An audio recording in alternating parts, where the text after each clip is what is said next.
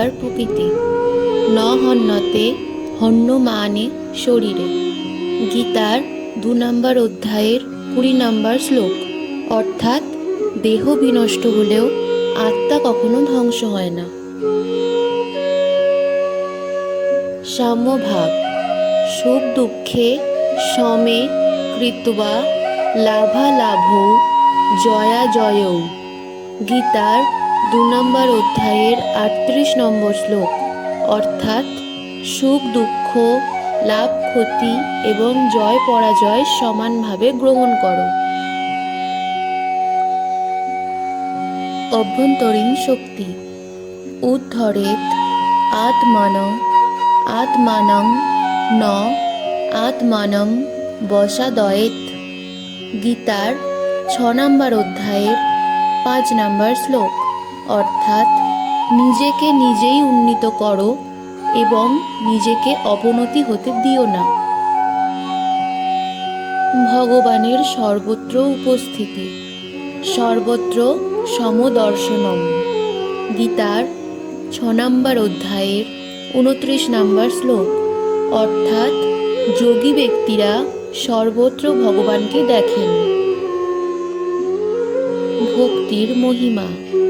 পত্রং পুষ্পং ফলং তোজং যো মে ভক্তা প্রযচ্ছতি। গীতার 9ম অধ্যায়ের 26 নম্বর শ্লোক। অর্থাৎ যে ব্যক্তি ভক্তি ভরে আমাকে পাতা, ফুল, ফল বা জল অর্পণ করে আমি তা গ্রহণ করি। আত্মসমর্পণ। সর্বধর্মান পরিত্যজ্য মামেকং শরণং ব্রজ। গীতার 18 নম্বর অধ্যায়ের 66 নম্বর শ্লোক। অর্থাৎ সর্বধর্ম ত্যাগ করে শুধু আমার শরণাপন্ন হও। কর্মযোগ।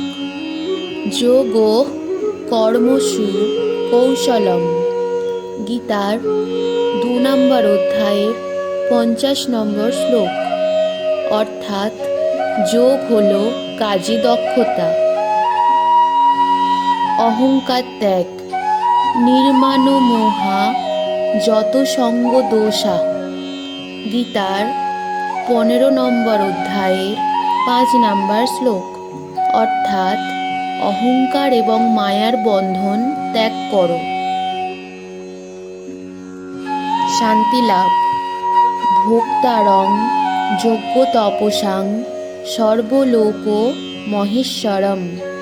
গীতার 5 নম্বর অধ্যায়ের 29 নম্বর শ্লোক।